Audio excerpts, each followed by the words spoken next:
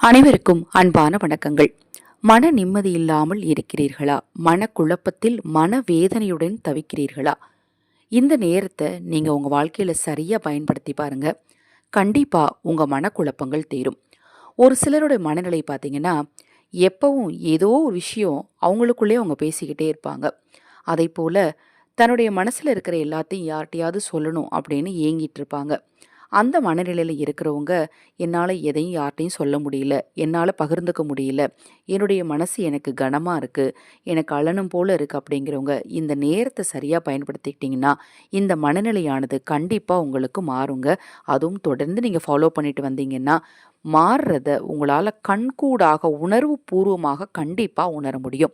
ஒரு எளிமையான சூட்சம பரிகாரத்த இந்த பதிவுல பார்க்க இருக்கிறோம். இந்த பரிகாரத்துக்கு நீங்க எதுவுமே வாங்க தேவையே இல்லங்க. ரொம்ப ரொம்ப எளிமையான சூட்சம பரிகாரம். மந்திரம் சொல்ல தேவையில்ல. ரொம்ப ரொம்ப எளிமையான சூட்சம பரிகாரம். இந்த பரிகாரத்துல உங்களுக்கு சந்தேகம் இருந்தாலும், பூஜை பொருட்கள் உங்களுக்கு தேவைப்பட்டாலும், உங்கள் வீட்டு குழந்தைகளின் பிறந்தநாள், திருமண நாள் மற்றும் சிறப்பு வைபவ நாட்கள்ல ஆதரவற்றவர்களுக்கு உணவளிக்க விரும்பினாலும் 9344692042 இந்த வாட்ஸ்அப் எண்ணுக்கு தொடர்பு கொள்ளுங்க. தினம்தோறும் வரக்கூடிய பிரதோஷம் தினப்பிரதோஷம் அப்படின்னு சொல்லுவாங்க. அதாவது மாலை 4:30 7 மணி வரைக்கும். தினம்தோறும் செய்ய முடியாதவர்கள் மாதத்தில் வரக்கூடிய பிரதோஷம், தேய்பிறை பிரதோஷம், வளர்பிறை பிரதோஷம்னு 2 நாட்கள் வரும். அந்த நாள்ல இந்த மாலை பொழுதுல செய்யலாம். இல்லங்க ஞாயிற்றுக்கிழமை மட்டும் செய்யலாமா? தாராளமா செய்யலாம். வேற ஒண்ணும் இல்லங்க. இந்த பிரதோஷ நேரத்துல சிவ தியானம் மேற்கொள்ளுங்கள். அதாவது அமைதியாக ஒரு இடத்துல ஒரு துணி விரிச்சு ஒரு ஆசனம் அமைத்து அமைதியாக ஒரு இடத்துல உட்கார்ந்திருந்தீங்க அப்படின்னா, அதுவே உங்களுக்கு மனக்குழப்பங்களை நீக்கி கொடுக்கும். மன தெளிவை பெற்றுக் கொடுக்கும்.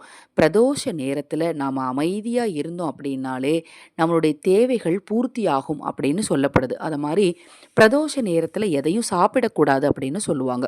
பிரதோஷ நேரத்தில் நீங்கள் எதையும் சாப்பிடாம தண்ணீர் கூட பருகக்கூடாது. எதையும் சாப்பிடாம ஒரு இடத்துல அமைதியாக சிவனை நினைத்தாலே போதும்.